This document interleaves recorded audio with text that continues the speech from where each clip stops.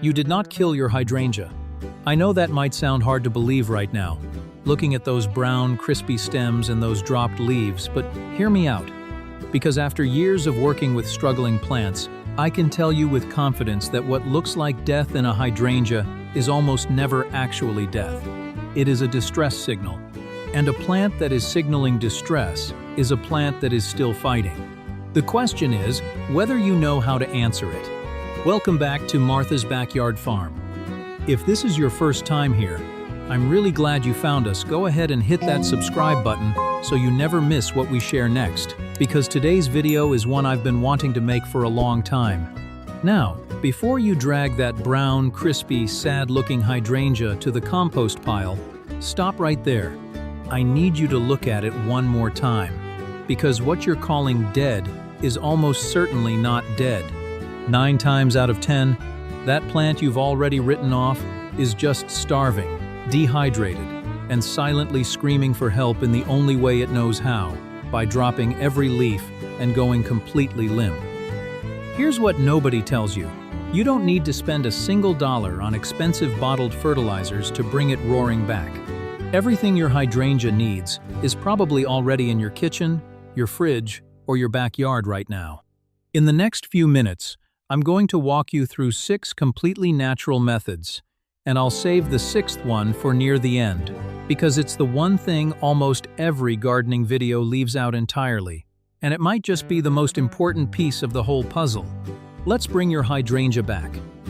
Before you feed your hydrangea anything at all, you need to know whether there's still life inside that plant, because pouring nutrients into a truly dead root system is just wasted effort.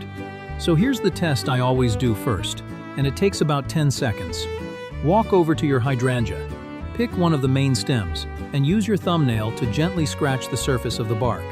Just a light scrape, nothing dramatic. If you see green underneath, even the faintest, palest hint of green, your plant is alive, and everything I'm about to share with you is going to work. If that stem snaps dry and brittle with brown all the way through, move down lower toward the base and scratch again, because hydrangeas die from the top down. The crown near the soil is almost always the last part to go. Now, here's something most gardeners don't realize about why their hydrangea collapsed in the first place. Hydrangeas have what's called a fibrous root system. It spreads wide, sometimes 3 to 4 feet out from the base, but it only goes about 12 to 18 inches deep. That shallow root zone makes them extremely sensitive to dry spells and to the kind of intense summer heat that bakes the top layer of soil. Most of the time, a struggling hydrangea comes down to one of 3 things. The soil dried out completely during a hot stretch, the ground ran out of nutrients after a few seasons of growth, or the roots got damaged by overly harsh chemical fertilizers that wiped out the beneficial life in the soil. The good news is that all 3 of those problems respond beautifully to gentle, natural feeding, and that's exactly where we're going right now. The first method is banana peel potassium tea. And if your hydrangea is alive but stubbornly refusing to bloom, or producing flowers that are small and weak, this is almost certainly the reason why. Potassium is the nutrient responsible for flower production and overall plant strength, and banana peels contain it in a form that's surprisingly accessible. Here's the science behind it. The potassium in banana peels exists as soluble salts, and once those peels start breaking down in water, that potassium is released as K+ ions that move through the soil solution and get taken up directly by the roots. The key word there is water, which is exactly why burying a whole peel next to the plant and walking away doesn't work. It takes months to break down in the ground, and your struggling plant doesn't have that kind of time. Instead, take 2 or 3 banana peels, chop them roughly, drop them into a jar with about a quart of water, and let that sit for 48 hours. What you end up with is a fast-acting banana tea that your plant's roots can begin absorbing almost immediately. After 2 days, dilute it 1 part tea to 1 part fresh water and pour it slowly around the base of the plant, right over the root zone. Do this once a week, for the first 2 to 3 weeks. One honest thing I'll tell you that most videos won't. Banana peel tea works best as part of a combined approach, not as a standalone fix. but as a first gentle step to get potassium moving into the root zone, it's one of the most reliable things you can do. And don't throw away those soggy peels. Chop them up fine and work them into the top inch of soil so they keep releasing nutrients as they continue to break down. Now, if your hydrangea's problem shows up in the leaves rather than the bloom's pale, yellowing, sparse foliage that just refuses to fill out, then what your plant is missing is nitrogen, and used coffee grounds are one of the most underrated sources of it sitting in your kitchen right now. Used coffee grounds contain roughly 2 to 2.5% nitrogen by volume. And because that nitrogen releases slowly as soil microbes break the grounds down, it feeds your plant steadily over time, rather than delivering a harsh spike the way synthetic fertilizers do. Beyond that, coffee grounds do something wonderful for the soil structure itself. They attract earthworms, and earthworms are essentially nature's rototillers. They loosen compacted soil, open up air pockets around the roots, and make it dramatically easier for your hydrangea to pull water and nutrients up from the ground. Now, I want to be straight with you about something that most gardening videos get completely wrong, because I think you deserve the honest version. You've probably heard that coffee grounds will turn your hydrangeas blue. That claim is mostly a myth. Used coffee grounds have a pH between 6.0 and 6.8 that's nearly neutral, not acidic enough to meaningfully shift flower color. True blue hydrangea blooms require a soil pH between 5.0 and 5.5, plus soluble aluminum in the root zone. Coffee grounds alone simply cannot get you there. What they can absolutely do is give your plant a reliable, slow-release nitrogen boost that thickens the foliage and restores the plant's overall vigor. And right now, that's exactly what a struggling hydrangea needs most. Here's how to use them correctly. Let your used grounds dry out for a day so they don't clump into a moldy mat. Then sprinkle a thin, even layer around the base of the plant, keeping it at least 2 inches away from the main stems. Scratch it lightly into the top layer of soil and water thoroughly. Apply this every 2 weeks, no more, because excess nitrogen pushes leafy growth at the expense of flowers. Moving right along to the third method. And this one is the combination I get the most questions about eggshells and Epsom salt used together. These are two kitchen staples that solve two completely different problems at the same time. And when you understand what each one actually does inside the plant, you'll never look at them the same way again. Eggshells are made up of roughly 95% calcium carbonate, and calcium is the building block of strong, healthy cell walls in your plant. A hydrangea that's been through drought, stress, or root shock often develops weak, floppy stems precisely because it's calcium deficient. The cells simply don't have the structural integrity to hold the plant upright. The trick with eggshells, though, is that you have to grind them as fine as you possibly can, almost to a powder.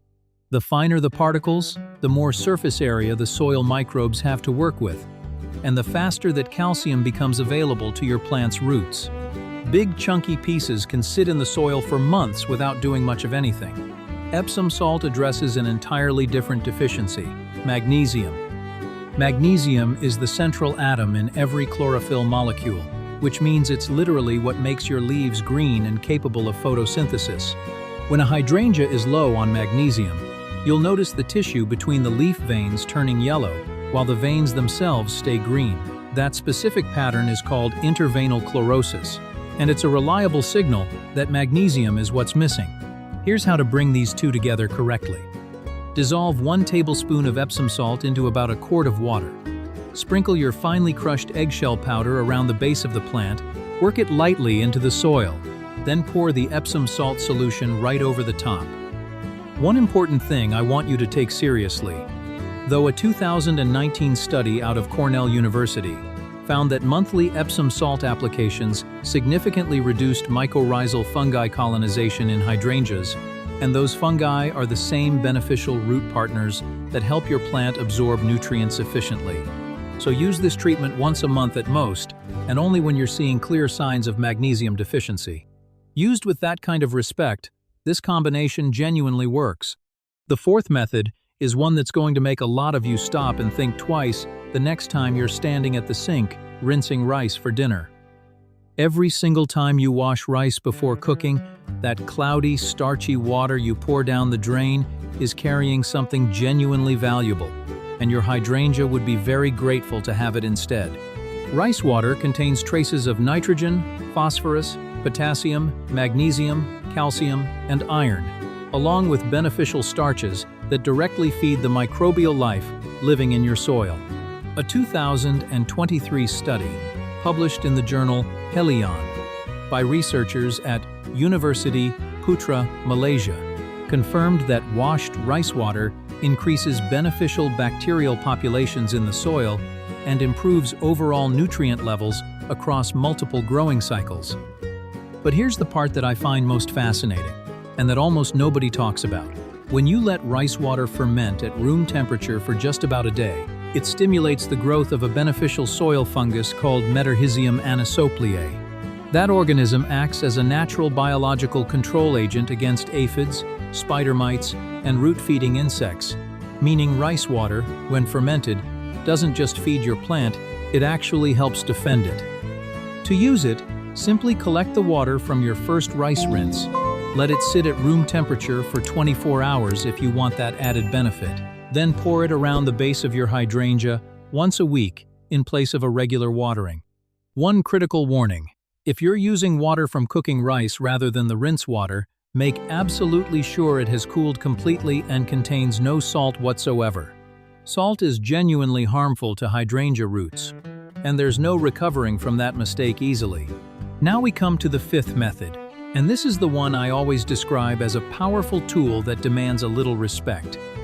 Wood ash, the soft gray powder left after burning clean, untreated hardwood like oak or hickory, is extraordinarily rich in nutrients.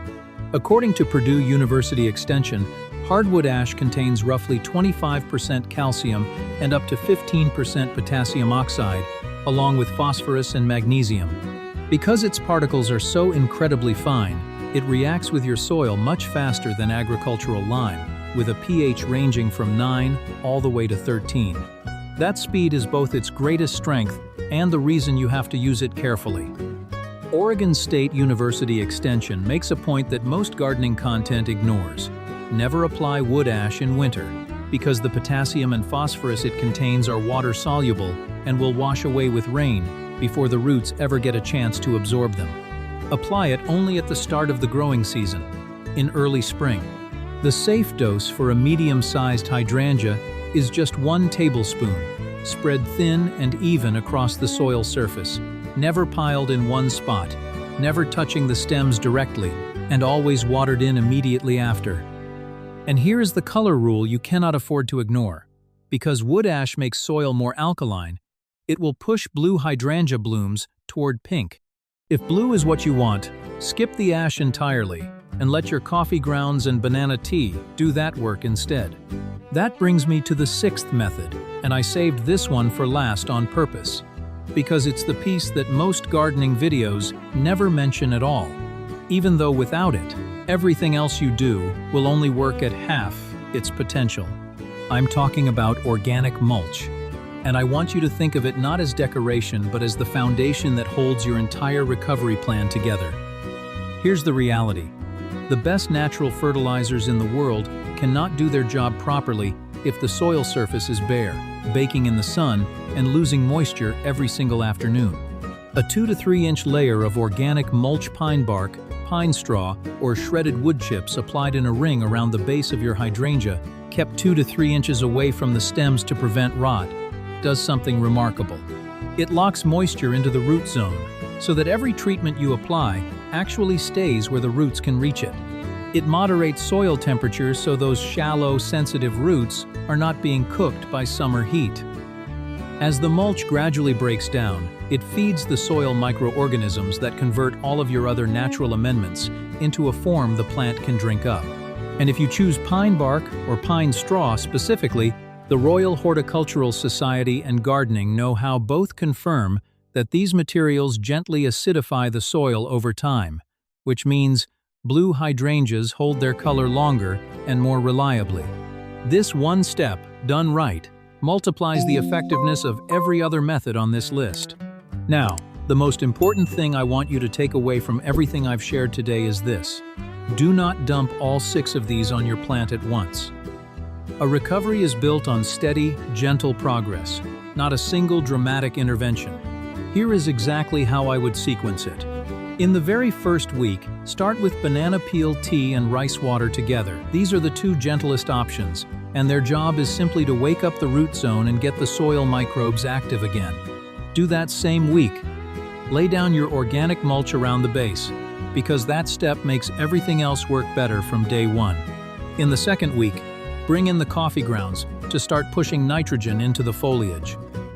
At the start of the following month, do your 1 eggshell and Epsom salt treatment to strengthen the stems and address any magnesium deficiency you're seeing in the leaves. Reserve the wood ash for early spring or for that moment when you want to trigger a serious flush of blooms, and always remember the color rule before you reach for it. Throughout all of this, water deeply 2 to 3 times a week, always in the early morning, and press your finger an inch into the soil before you water to make sure it actually needs it. Keep the plant out of harsh afternoon sun while it recovers. So there you have it, 6 completely natural methods, all from your kitchen or your backyard. Banana peel tea for blooms, coffee grounds for foliage, eggshells and Epsom salt for strength, rice water to feed the soil life, wood ash as your seasonal bloom trigger, and organic mulch as the quiet foundation that holds the whole system together. I want you to go outside today. Do that scratch test on your hydrangea, and start with the banana tea and rice water this week. Then come back and tell me in the comments which one made the biggest difference the fastest I read every single one. If this gave you a new way of seeing your garden, do me a favor and hit that like button, and subscribe to Martha's Backyard Farm so you never miss what's coming next. Your plant is not dead yet, and neither is your garden. I'll see you in the next one.